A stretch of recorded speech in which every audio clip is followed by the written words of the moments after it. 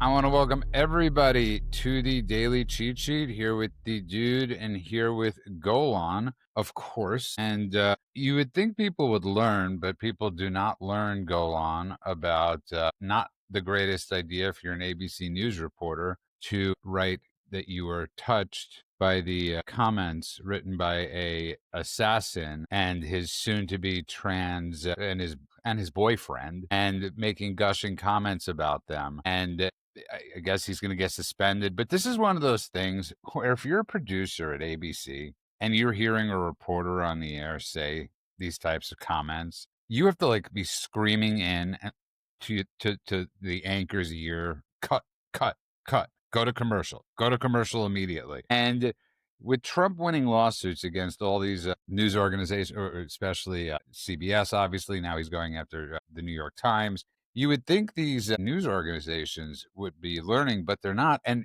again, it's like, what in God's name?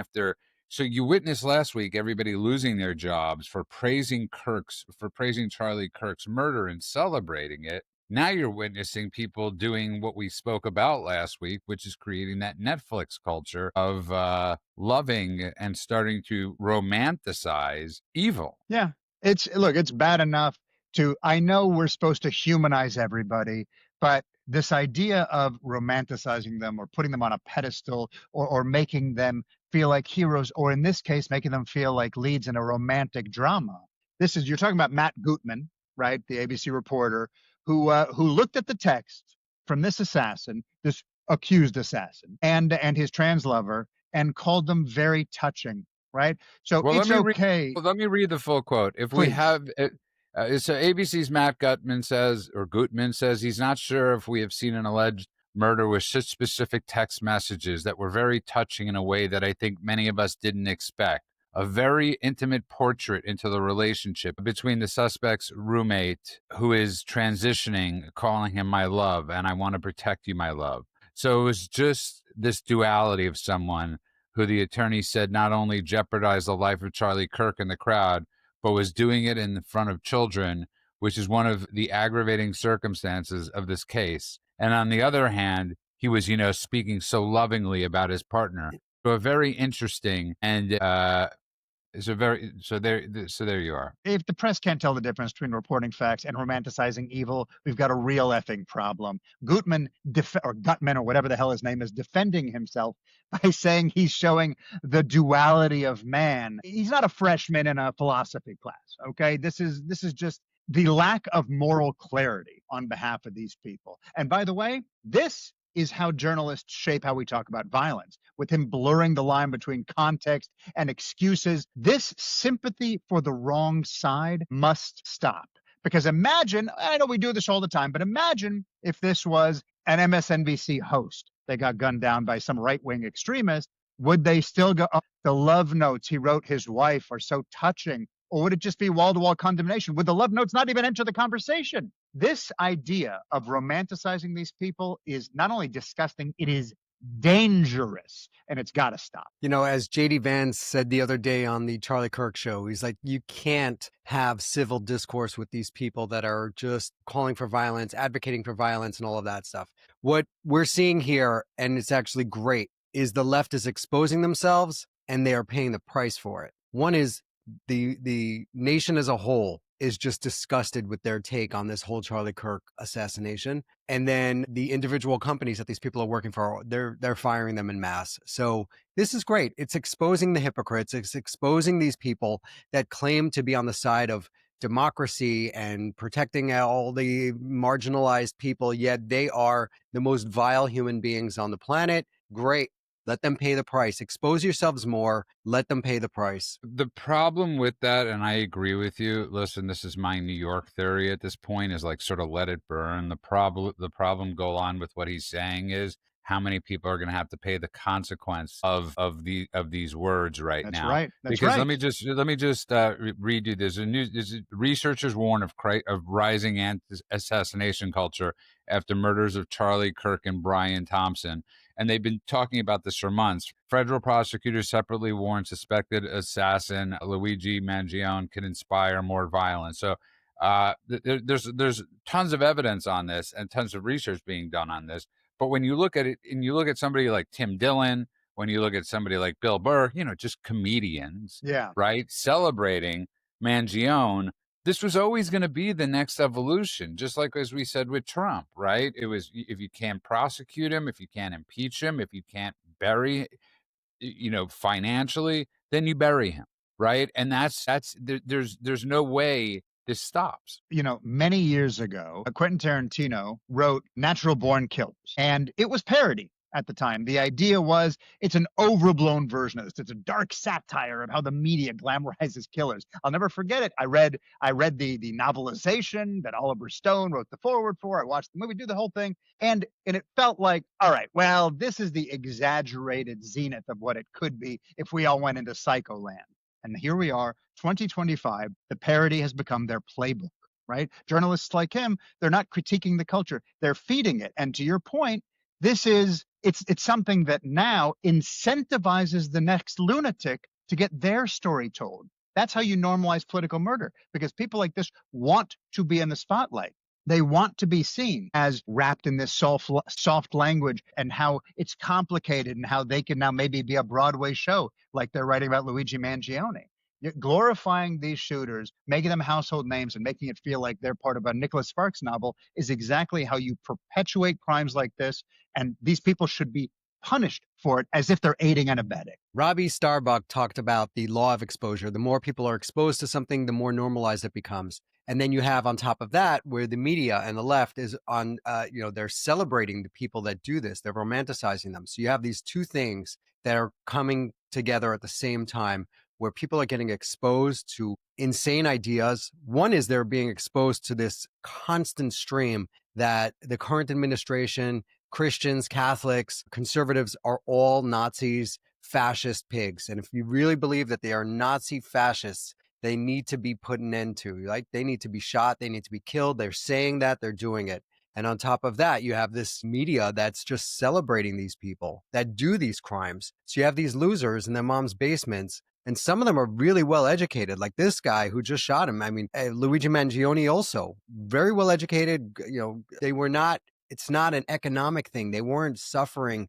They weren't dirt poor. They were the elite. They were smart. They were well educated, and they come from good households, and they're the ones doing this. So that also tells you that rich, poor, it doesn't matter. Indoctrination is indoctrination. Yep. And that's the sort of thing that seeps through regardless of categorization.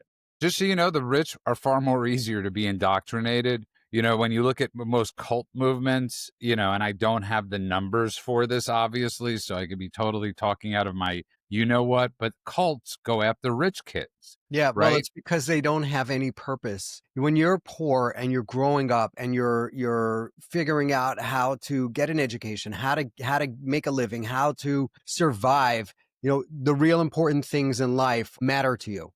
I can speak to this because I have family members who have been sucked into certain things like cults, and they are wealthy, good lives, everything's going well. Part of the problem is when kids are bored, they've got money, they've got a safety net, they're searching for meaning. They're looking for people that are searching for meaning. That is fertile ground for manipulation. And so if you're hustling to pay the rent, if you got to work all the, you don't have the luxury of joining a cult. You don't have time for that shit.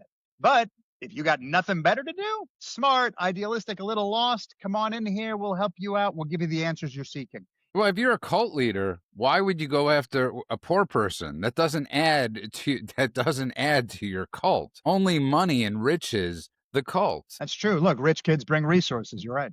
But I want to move on a little bit to Obama. Comes out and says, we're at an inflection point. And I don't want to get into the full thing, but he's like, regardless of where you are on the political spectrum, what happened to Charlie Kirk was horrific and tragic. He then goes on to blame Donald Trump and for causing so much of this, for causing this. So immediately he accused the Trump administration of fueling the sharp political division across the United States. And he says, but I'll say this, those extreme views were not in my White House. I wasn't empowering them. I wasn't putting the weight of the United States government behind them, he claimed. Really, Mr. Obama? You were not putting the full weight of the IRS against Christian groups? You are not putting the full weight of your Justice Department against Christians across America, against conservatives across America. You lying sack of you know what, go on. And it's like, this is the problem. There is nobody, and this is the problem with somebody like with Tucker, with anybody. You can't just allow people to speak. Well, you can, obviously, because that's the First Amendment, but it's so, like, where are the questions back? Well, The questions can I throw? just Can to I put throw it like this? this, Yeah. the questions back, it shouldn't be X's job to be asking questions back in an open interview. It's like, that's where we become that it's people on X that raise the questions back. It should be Well, look, the reporters. failure of journalism has been running rampant for quite some time now. And we already know that the journalists who are trying to push a specific agenda, we've seen it with the New York Times, obviously one of the cesspools of all time, but we've seen it across the board. Lest we forget that that Donald Trump has sued several organizations now, not solely because that he had a political agenda, but because they're lying, they're changing messaging on air. They're putting out reporting that is false. And I just want to touch on the Obama thing really quickly, because to me, the biggest laugh line there is that he never invited hate into the White House. Let's not forget, it's the same Obama who invited CAIR into the White House. Remember CAIR, right? The Islamic group that literally was named as an unindicted co-conspirator in the Holy Land Foundation case, which is the biggest case in the history of the United States about terrorism. What's the difference between giving sympathetic framing, like that reporter was doing, and giving legitimacy to an organization with terror ties in the White House? All it is soft pedaling extremism. It's the same thing over and over again. So when Obama preaches about his own guardrails, forgive me if I'm a bit skeptical, because his guardrails were strengthened by giving the White House platform to groups like jihadis and allowing this to spread. So no, I'm sorry. It's laughable for him to say something. Let's not forget that the Biden White House put CAIR on the Council for Anti-Semitism. So if you want to talk about letting the fox into the hen house, like literally those morons asked CAIR to be one of the members of the Council to Combat Anti-Semitism, and they had to kick them off when they celebrated the October 7th massacre in Israel. That's who we're talking about. Yeah, Obama doesn't have a leg to stand on. I wish that man would just go away. I wish he would just stop and just go away. Or, I mean, peacefully go away. Just, yeah. I'm saying fade from public. You're talking about from public life. From public life, just go hole yourself away in your $100 million mansion and leave everybody alone. Important. Him and Michael should just reconcile and go somewhere and do whatever they do. It's interesting, Golan, this conflation that happens, and you're seeing it. You're just seeing the grifters coming out right now, and it's like grifting time in America has come early for. This is like Christmas season for the grifters, and whether it's the podcasters online, whether it's Piers Morgan, supposedly having an intellectual debate, and he has like Cornel West and that idiot Destiny on, and Anna Kasparian on, and you're just looking at this going, and Jack Posobiec. I mean, I'm not taking him out of the equation of the grift either, and I don't care if that pisses people off that listen to us. But you're watching Generation Grift, and it's so wild to me that you brought up Megyn Kelly yesterday. I didn't even know this because somebody had called me and said Megyn Kelly had an issue with Pam Bondi. Then you went into Megyn Kelly talking about Candace Owens for 17 minutes. It's like this is like a sisterhood of a grift. 100%. I couldn't believe, Mend, I think you watched this yesterday too, right? That for 17 minutes, Megyn Kelly had a panel of 3 guys sitting alongside her. They didn't say a single word, by the way, just her talking about how how Candace Owens had a great point about what was going on with Charlie Kirk and how he was being blackmailed by the Jews and all this stuff. And she just kept talking, just bashing Israel. But by the way, this pattern, the media grifters, the Piers and the Anna Kasparians and the Tucker Carlsons, the Megyn Kellys, all the same people that you're talking about, and Candace Owens, and there's 1,000 others, right? They all have the same pattern. And it's the same pattern that the Russians used. It's the same patterns that the Nazis used when they were using Zissen radio. It's how, and Men points this out, and I love the way you phrased it. I'm gonna just steal your line, which is, when you are failing as a leader, the first thing you want to do is blame the Jews because it distracts everybody, right? If your house is on fire, light someone else's house on fire and go, look at all the flames, right? These people all immediately start bashing Israel. Now, the grifters are also often getting paid for it, but even if they're not getting paid directly by Qatar, which I think many are, they also can see, as we talked about yesterday, that they get likes, that they get follows, that they get retweets, and that equals money also. So even if I'm not going to show you that straight line between Qatar bank account to Megyn Kelly's bank account, it still exists because she is using the grift in order to build a base.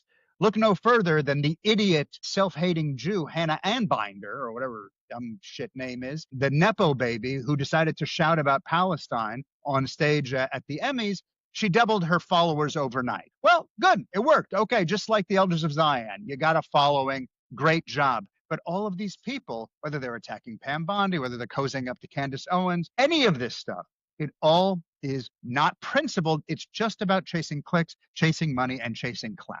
That's all it is. I don't know what's going on with Megyn Kelly. I used to like her, and this is So did I. Yeah, I've said this for years. it's another one of those. Nobody believed me. I've said it for years. I was pulling the fire alarm. And Judah Well, Judah here gets we on go. these things early. No, it's not that I get on these things early. It's just, here's the thing. We all evolve and we could all change our opinions. That's just life. I mean, I don't call that hypocrisy. I call that oftentimes growing up. And like people like to call it flip-flopping. You could change your views. But when you're doing it at such a rapid pace from going, from the 2016 with Trump, saying she has blood in her eyes, to getting canned from Fox, to then going to, it was NBC she actually went to, right? Getting canned from NBC. Then all of a sudden she enters this forum and she changes her tune again. Then all of a sudden she's MAGA. It doesn't take, it doesn't take a Columbo to realize there's two things that are here. She wants to be popular and she wants to still be making money, men. And by the way, I'll just point out that in the midst of all of that, she keeps reinventing by bits and pieces her persona. She recognized that now it was cool to curse when you're doing your podcast. Now she started cursing.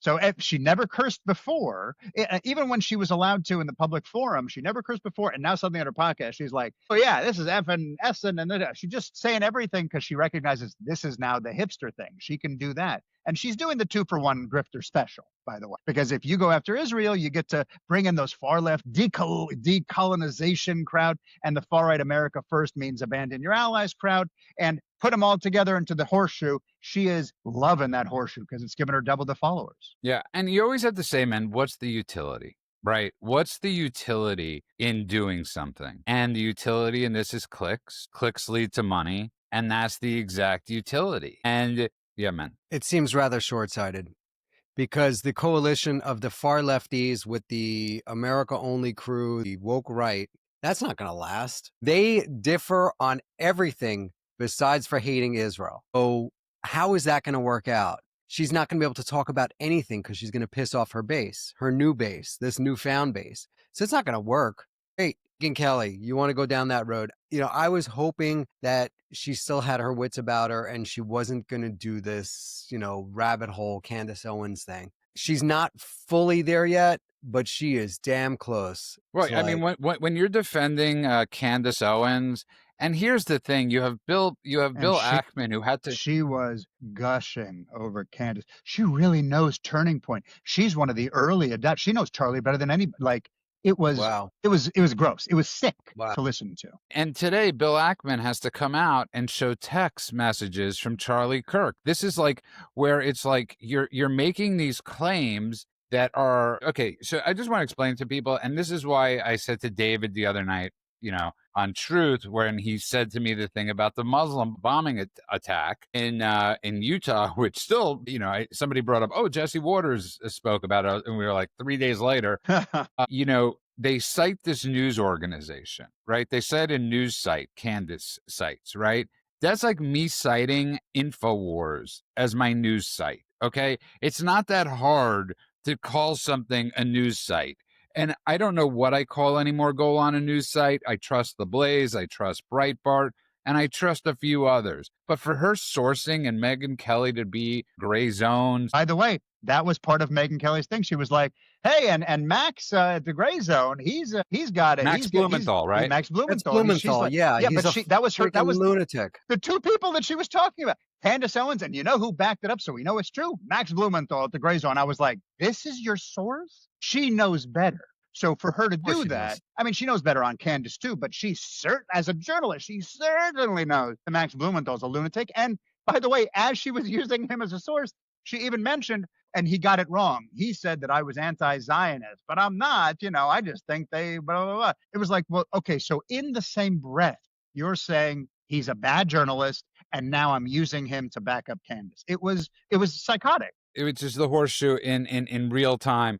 And I just want to ask you this question before I go back to men, because he said something, and this is where, in a perfect world, I want to agree with him. I think he's 100% correct, Golan. I just don't.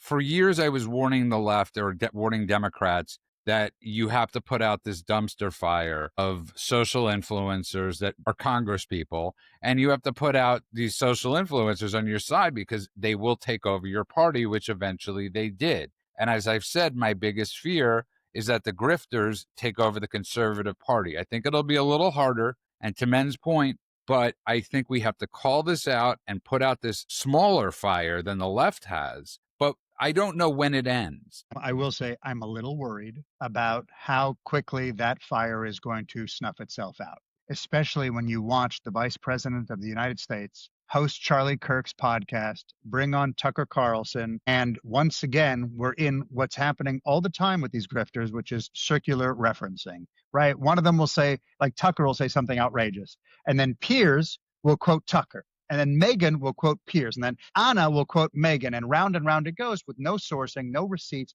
It's just one grifter laundering another grifter's take until it sounds like fact because you've heard it 7 times. And this is the fear that I have, is that these people won't go away as long as they keep propping each other up while they are also grifting. So, Mend, well said. I want to go, though, move on to a story that you found. I mean, I'm happy you found the story, as I might have missed it. So please go ahead with this insane story out of Al Arabiya, Michigan, also known as Dearborn. Yes, this is a good one. So no, it's not a good one. It's a scary as hell one. It shows you where we're going. It's pretty much a take the mask off moment. At a Dearborn City Council meeting, a Christian resident named Ted Bram voiced his opposition to renaming Warren Avenue after a local Arab American journalist, Osaba Sibini. Bram cited that the journalist's history of praising Hezbollah, a U.S. designated terrorist organization, and expressing his anti-Israel sentiments. Rather than engaging with these concerns, Mahmoud, who's the mayor of that city, Dearborn, delivered a sharp message. Although you live here, I want you to know, as mayor, you are not welcome here, the mayor reportedly added that the day Bram moves out of the city would be marked by a celebratory parade. So reportedly, I love it. Like Mend and I didn't watch the video of him saying it. Reportedly. Yeah. By the way, his name is Abdullah Hammoud is the name of the mayor. And he called the guy a bigot. He called him a racist. He called him an Islamophobe. He told him he's not welcome. And he said, I'm going to do. But he also added the other things. And then he said, I'm going to throw a parade when you move out of my city. This is insanity. Yeah, that's the mayor of Dearborn.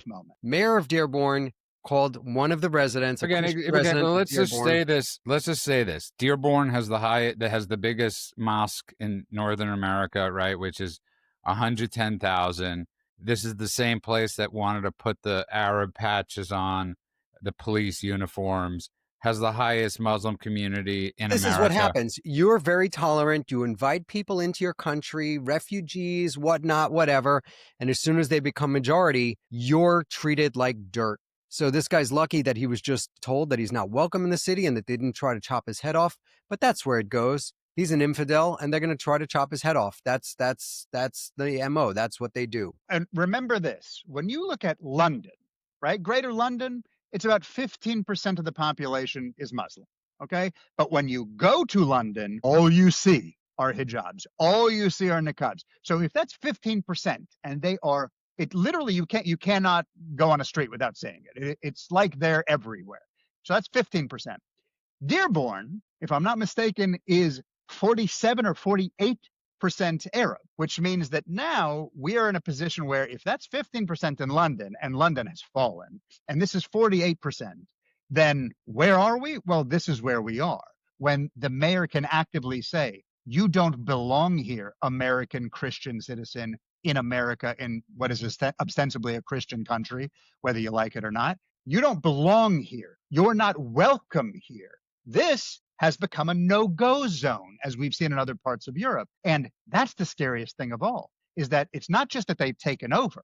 It's not just that they are becoming the majority. It's that they do not tolerate, as Islam likes to tell you, anybody that doesn't follow their beliefs. What was Yeah. what was the biggest problem with Gaza? And I would say arguably it was the indoctrination of the youth, and they grew up to be okay with just slaughtering civilians because they were so indoctrinated. You're going to see the same thing happening in Michigan. If they are willing to rename streets after terrorists, that is it. That means the population there celebrates terrorists. They celebrate the organization that killed 32 U.S. servicemen at the Beirut barracks bombing that Hezbollah bombed.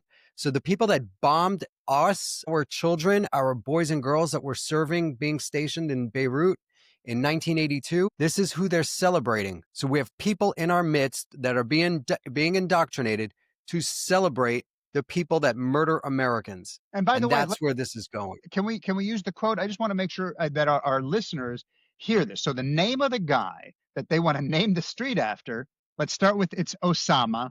It's already a great start. But Osama Siblani. Okay, now Osama Siblani is a very well-known Arab journalist. Okay, he says he's Palestinian, fine. But let's just go through what his statements are. Okay, here's a quote. The blood of the martyrs irrigates the land of Palestine. Listen carefully, whether we are in Michigan or whether we are in Yemen. Believe me, and he said it very clearly, whether we're in Michigan or Yemen, quote, everyone should fight within his means.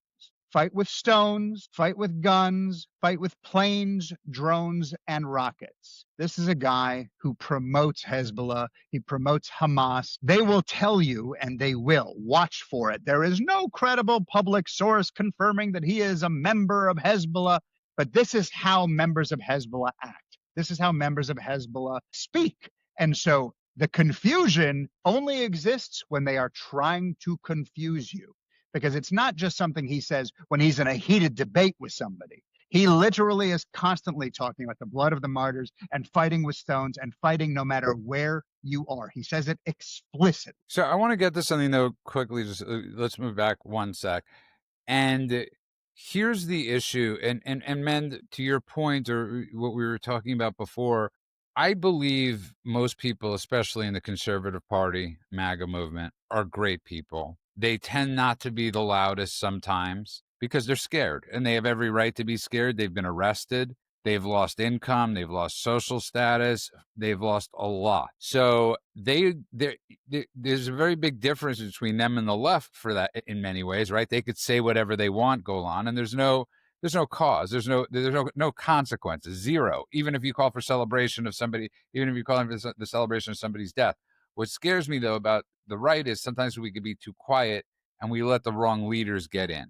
We let the grifters grift away, and that could permeate down, and it does harm us. So I don't believe most conservatives are aligned with Tucker or Candace or Megyn. These are all footnotes. I mean, there'll be footnotes in history of trash, okay? Of columns of human sewage. The problem is right now, more people need to speak up about this. And that was the issue with J.D. Vance platforming Tucker. And I'm also nervous about at Charlie Kirk's memorial. They put out a list and they said more speakers will come. And yeah, I'm scared to death that Tucker Carlson will be one of those speakers on stage. I am terrified of that. Tucker Carlson is personified. I'm not going to call him mentally ill. I'm not going to say anything like that. He is absolute evil, and he's spewing evil. He makes Alex Jones look like a saint. Well, part of that is because Alex Jones, when he rants and raves, you also recognize that there is a problem with Alex. Alex is shouting like a madman.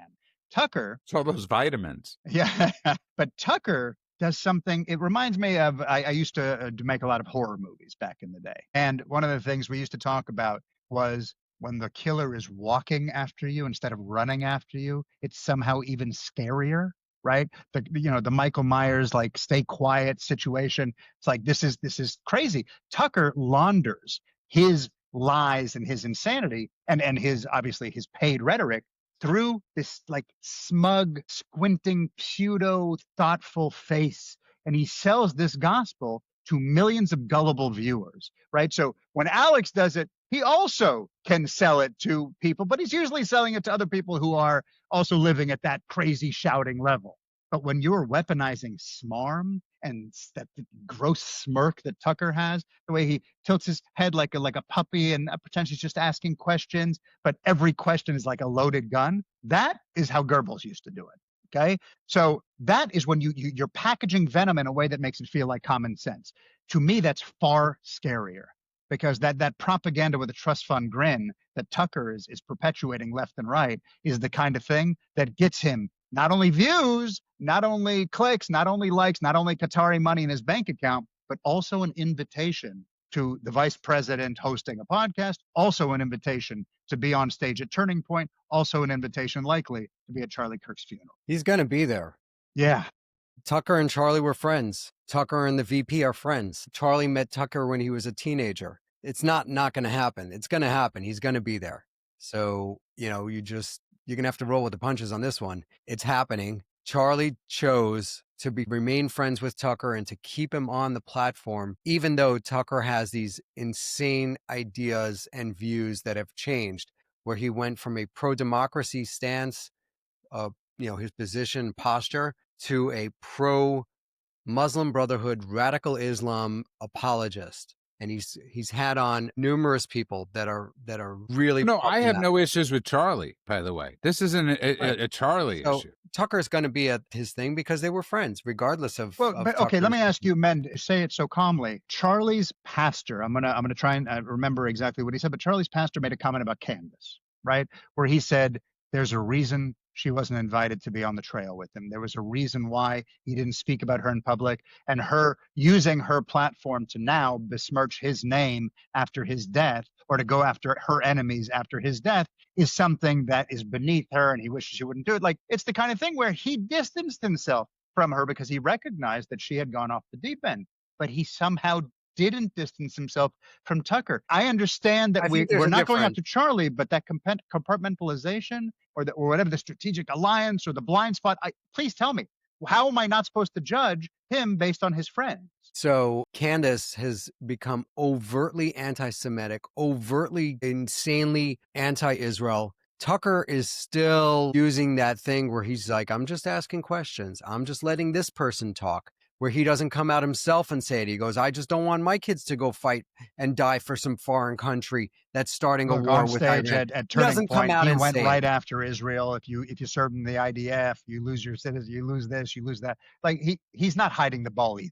I'm sorry, he's not. And by the way, I don't have a problem, and I had this discussion with men, I don't have a problem with Charlie Kirk allowing people, because people walked out of the room when Tucker spoke. I have zero issues with, and I've said to you, I have zero issues with people that are, even though as misguided as they are, that openly come out and talk about the ceasefire stuff. Listen, that's your right. But when you take it to the next level, where you're at the Emmy Awards screaming "Free Palestine" and in an address to your soldiers, and let me just be clear. I'll be clear.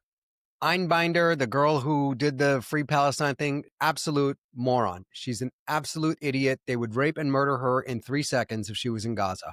Tucker is a despicable human being.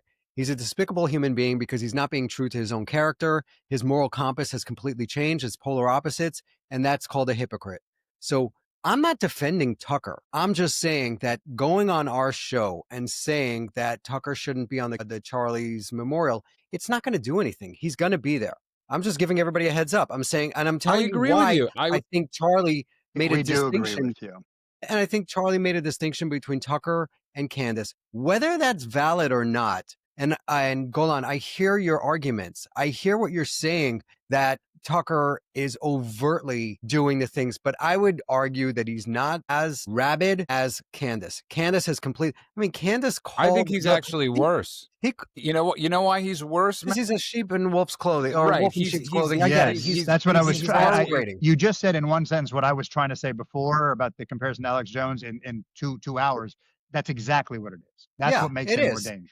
I get that. I understand that. I am not a fan. I used to like Tucker, and not at all anymore. I lost all respect for him. And by the way, my respect loss started way before his anti-Israel stance. This had nothing when he had the Obama whatever. I don't want to Boyfriend, get Obama's boyfriend. Obama's boyfriend and the explicitness of it when he Yeah, interviewed you saw him going off the rails. when he had Putin without any pushback on any of the questions, when he started That's talking when about I got off when the how Tucker the train. streets there were so much better. I mean, the list goes See, on. the Look of at this Putin- Tucker. train Putin one- station.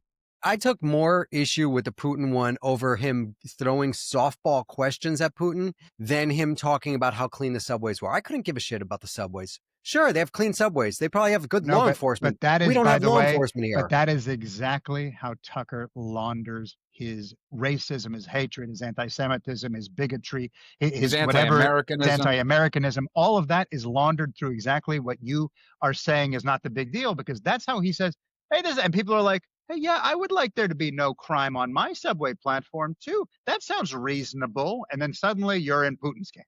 That's exactly how he does it. That's Tucker what makes is him like- so I dangerous. never went over to Putin's camp, but No, I could again, acknowledge. you are not the example, but No, Tucker I got you. reaches I got you. normies for exactly that reason, because people think they're watching the news with him and not a psychopath spouting Qatari talking points. Right, and it's Great. really hard. It's a very, you see, here's the problem. It's a very difficult argument to make as we're railing against London, right? And talking about how they've been taken over by Sharia law. And then when Tucker says, well, you don't have that in Russia, right? And it's it's such a I get it. I get the trick, right? Like, how do you, as you're railing against one, then to say, well, you don't have Muslims invading the streets of Russia right now. Well, you did at one point, right? But either way, Golan, that's his trick. He did. I mean, He did the that's- same thing with the UAE. Remember that, where he was like, people are saying they don't want Sharia law here. Yeah, what? Like in the UAE, where they have no crime and everyone follows he went on a rant about how great it was to live under Sharia law. Do you remember that?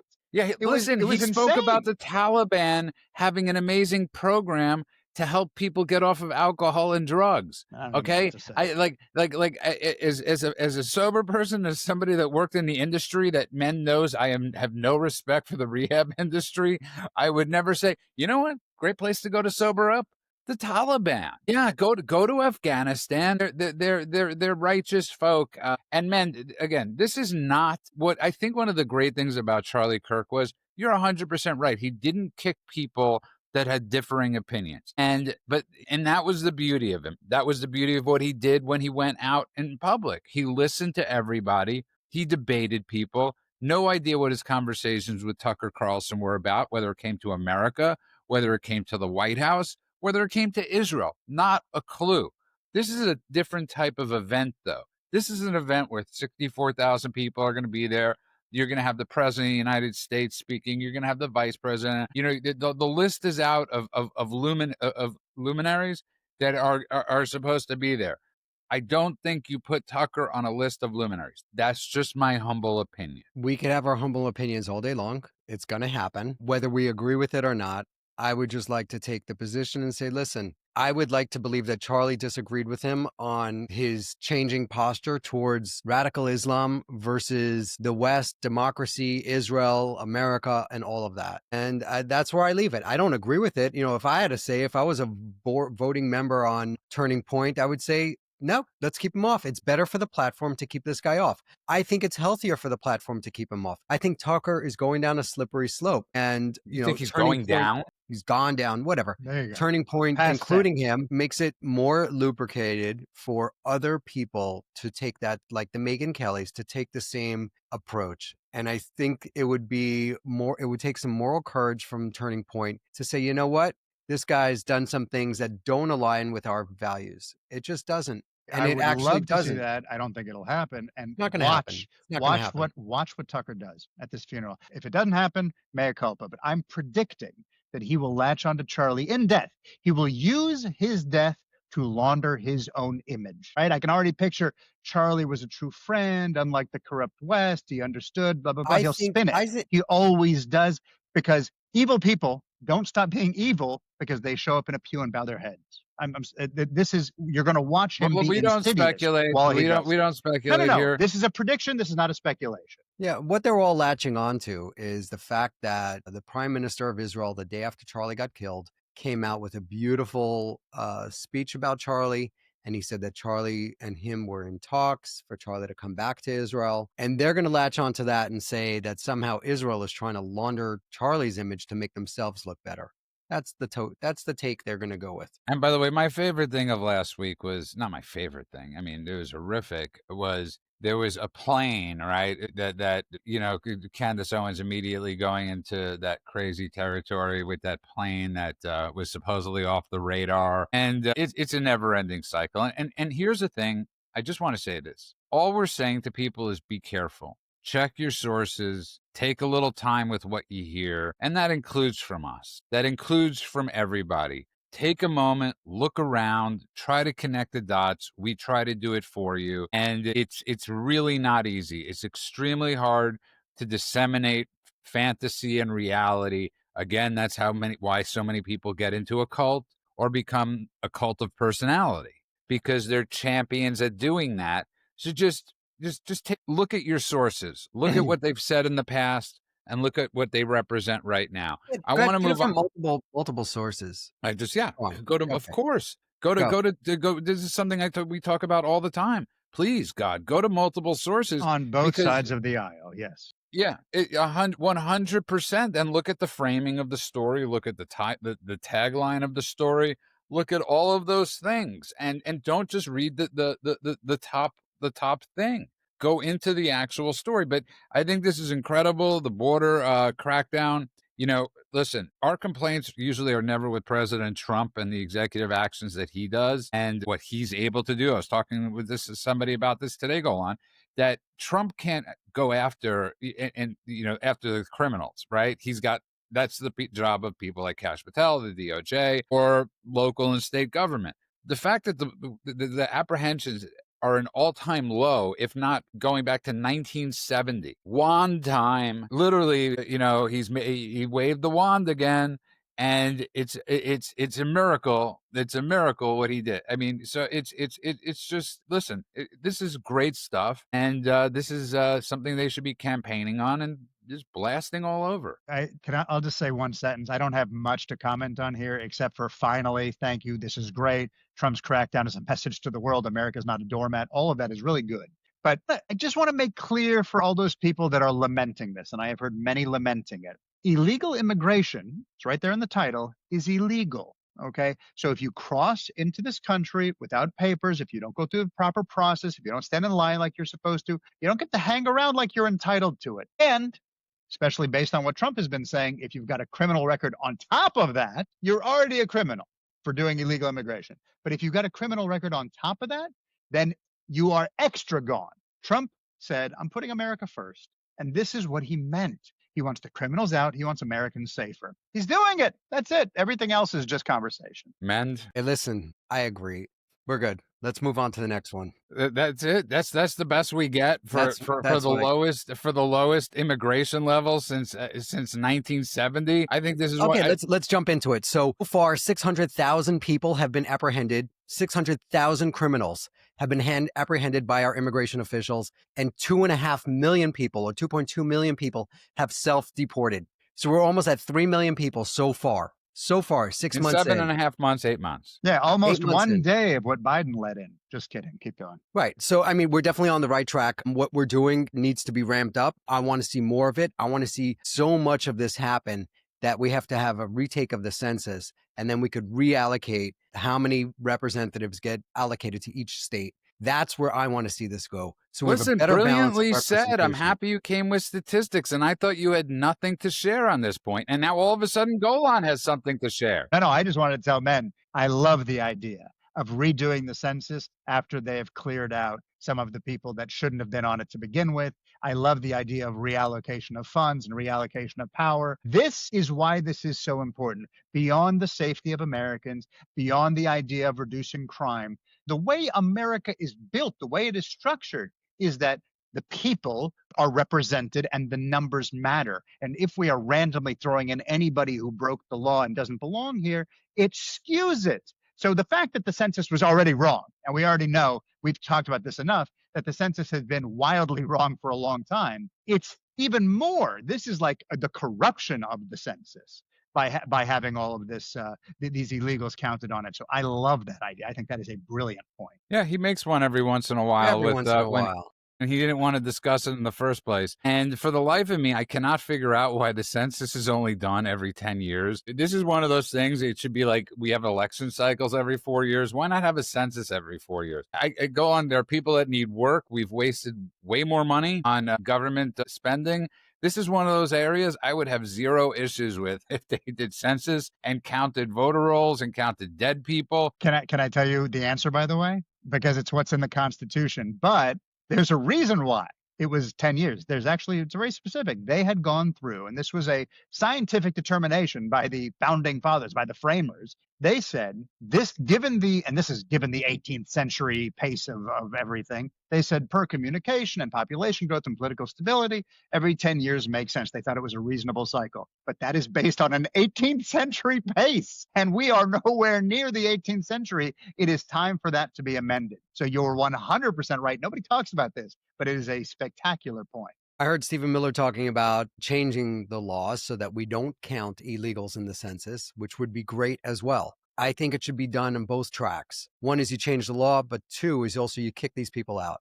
Kicking them out does two things. One is it resets the census count, obviously, but it also sends a great message to people that are thinking about coming here illegally. Don't get too comfortable. Don't think that you're going to make it in because some demented president like Biden says, come, and we'll give you each $10,000 a month, because the next guy that comes in will take that all away and send you back to whatever country you came from. So it's a great deterrent. You've seen the migrant caravans that were coming up, throughout the Biden administration.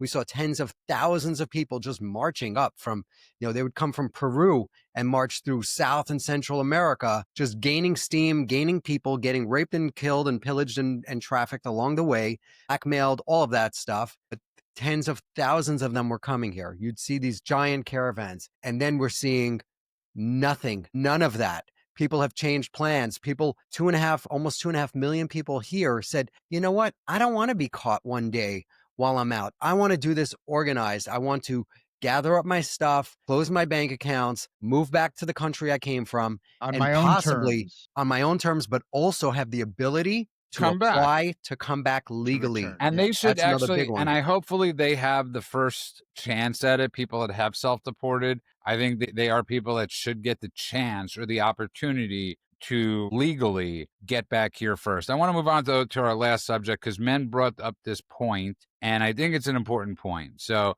go on. First, you're being anti-Zionism is not being anti-Semitism. Fine. Then no, it was not fine, but continue. I obviously not fine. Yeah. Then now it's I don't want anyone to clip that out of context. Continue. Now it's you can be you're not anti-Israel, you're just anti the government. Right? That's the new thing.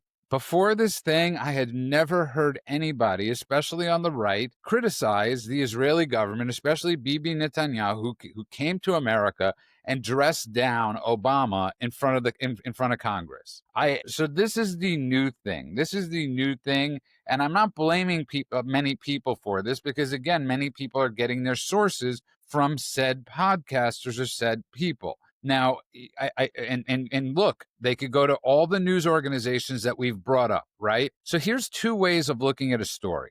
So in the Times of Israel, this piece of garbage newspaper, leftist organization in Israel, They have a story where it says Gaza's makeshift clinics at risk of collapse as urgent supplies run out, study says, right? The thing that it should say is, wow, Israel has set up hospitals in Gaza to treat Gazans. That's not the story. You see the flippage of the story? That's exactly how you turn how, humane Israel is to them being monsters. That simple, that twist, that little twist go on. And I've never heard before anybody have any issues with Bibi before. So it's become this new trope. I could be against the government and still be pro-Israel. And when people don't realize when they're saying this, whatever your opinions of Bibi are, trust me, the far left, whatever who would take over, are psychotic. Look, if you know the history, right, this isn't even the first time Israel has built field hospitals for these people. They do it at border crossings during every time there is a war. And unfortunately, there have been a bunch of wars because there is a genocidal organization that continues to launch attacks at Israeli citizens. This skirmish, or whatever you want to call this war, is no different. October 7th was them launching a genocidal attack on Israelis, and this has been a defensive war to stop them because they vow to do it over and over and over again. So we're in the middle of this war, but in 2014, Israel built field hospitals. In 2021, Israel built field hospitals. In 2023, when this thing started, they built field hospitals, and they're doing it again today in 2025. And by the way, it's only to treat the Gazans. It's not to treat the soldiers, the Israeli soldiers. They have their own thing going on. This is specifically to take care of the locals. And Hamas, of course, has rejected the field hospitals and has told the Palestinians there, or the Gazans, or whatever you want to call them, if you use these field hospitals, you will be punished. Why? Because Hamas doesn't want images of Gazans being treated by Israelis. They transferred thousands of Gazans out of Gaza into actual, not the field hospitals, into actual Israeli hospitals. They do it every year for advanced care. They did it for cancer. They did it for heart disease. They did it for pediatric surgeries. Not anymore. Well, not anymore. But not doing that anymore. No, I think they might be done with that, although the left will have something to say about that, men. Believe me. But men that I talked about. We're getting back to my point, though, about the new, and no, I appreciate your take on that. But getting back to my point of this thing with, I'm opposed to the government, but that doesn't mean I'm opposed to Israel. When you have no idea, listen, we argue about the government all the time here, but we actually have an idea of what we're talking about because it's a parliamentary system built up of coalitions. Sure. So please stop with this. You're against the government when you have no idea how a government like that works. I honestly don't know whether this has to do with them being indoctrinated by the grifters in their party, whether this has to do with them simply not knowing what's going on, or if it's like Marjorie Taylor Greene, who's clearly being paid off, who already hated the Jews anyway, or if they are reading the wrong newspapers and getting bad information, because what they're saying sounds like it's ripped out of an Al Jazeera op-ed, right? They say, oh, we support Israel. We support the right to defend themselves. By the way, I am parroting what Megyn Kelly said on the podcast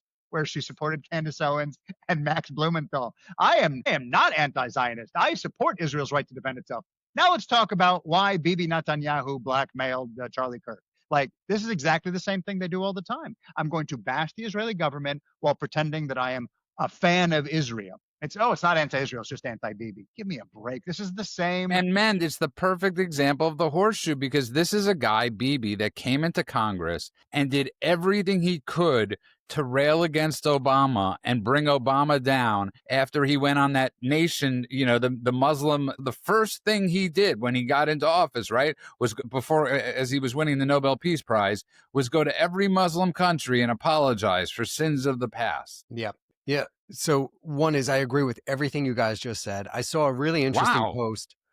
There's nothing to argue with there. Anti-Zionism, anti the government. It's all horseshit. When people say that to me, I go, what specific policy do you have an issue with? And they can't say it. They go, oh, the treatment of the Palestinians. What treatment? What are you talking about? Are you talking about the West Bank? You're talking about Gaza? You're talking about the Israeli Palestinian citizens, the Israeli Arabs, the 2 million Israeli Arabs that live in Israel, that have full and equal rights, that are elected as judges and doctors, and they have all levels of government? Like, what are you talking about? This They is don't know. 100% right, because all they're doing is laundering anti-Semitism through policy independence. And I do say anti-Semitism, not anti-Zionism, because the fact that they're saying I'm not anti-Israel, I'm anti-Bibi is just a fancy, cute way of what they used to say. We don't hate the Jews, we just hate the Jewish state, right? It's just rhetorical camouflage. Say great point, Judah, because I'm the first person that brings that up. Right, that it's the new way of. Once again, Judah needs a pat on the back. Let's do it. Ready? You know Well what? done. You know what? The Judah needs some pats on the backs every once in a while. Okay. All right. You know, I do.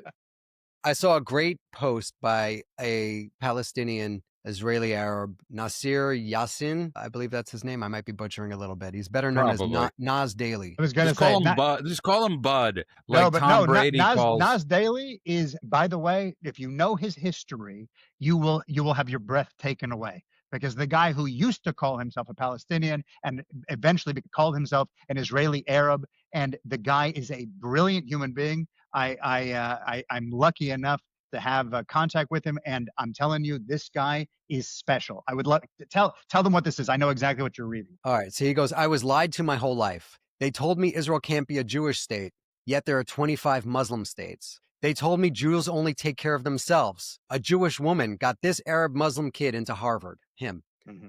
They told me before Israel, we all lived in peace. Then I learned of the 1929 Hebron massacre that was 20 years before the state was even created, amongst many other massacres of the Jews. They told me Palestinians were forced out. Elders in the village said many people sold their lands and left to the West. They told me that we love Palestinians, yet all nearby Arab countries treat them like second-class citizens.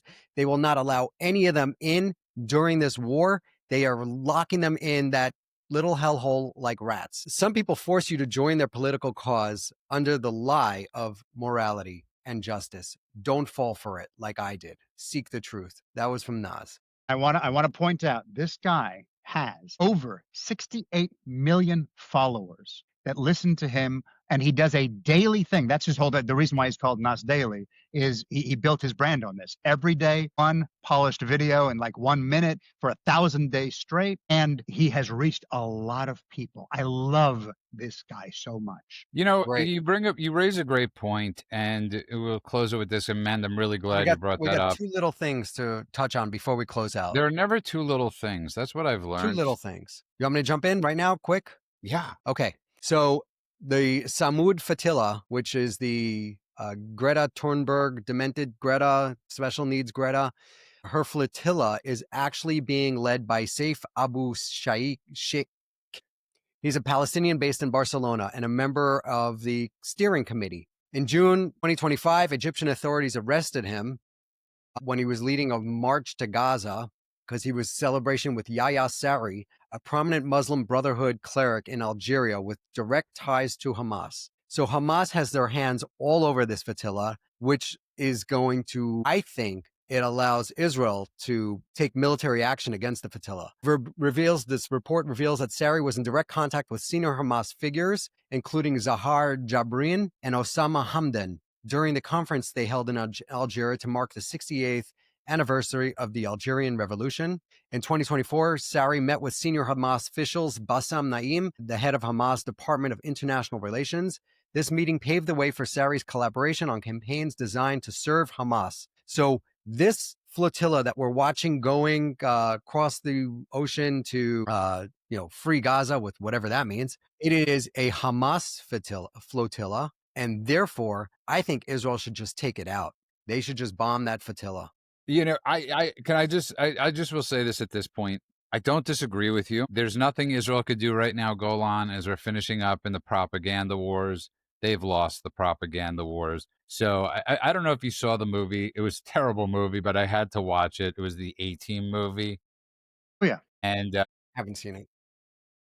My boy Joe Carnahan. Woo. Yeah, remember that scene where they, like, at the end when it was the face man that set up the whole thing, and he's like this, and the bad guy's like, this is how you Bradley Cooper. Yeah, but right.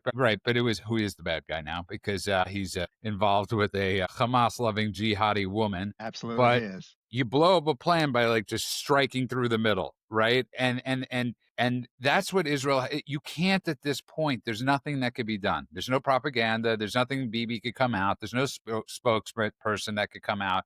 You just have to get this war done with and move on. And then people will realize, oh, it's done with. It's over. That's all you could do. So when people have an issue, Smotrich comes out today, not a member of Bibi's party, but a member of the coalition that leaves the government and says Gaza into, like, he's speaking to Americans about building up Gaza and whatever it is.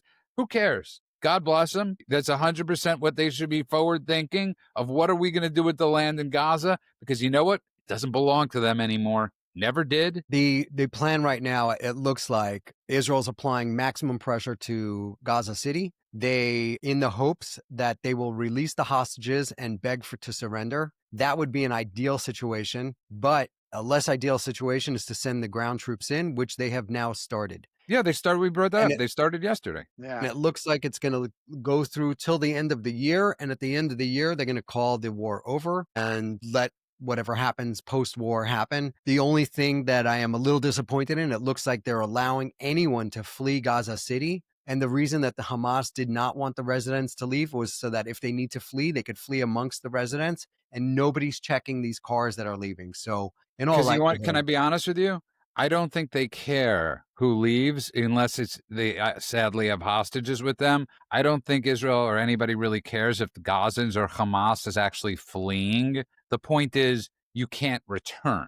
It's not getting out that we have an issue. Out. It's catching all the bad guys, and they should be using their facial recognition, make them all go through a checkpoint and see who's coming out, catch the bad ones. That's what you need to do. Otherwise, you're going to be fighting them. They pop up like rats everywhere. So these people that are leaving, and Hamas is among them, although there is data, there's some intelligence that states that 10,000 Hamas guys from across Gaza have all migrated to Gaza City to have this last big stand where they're going to, fight against the Israelis.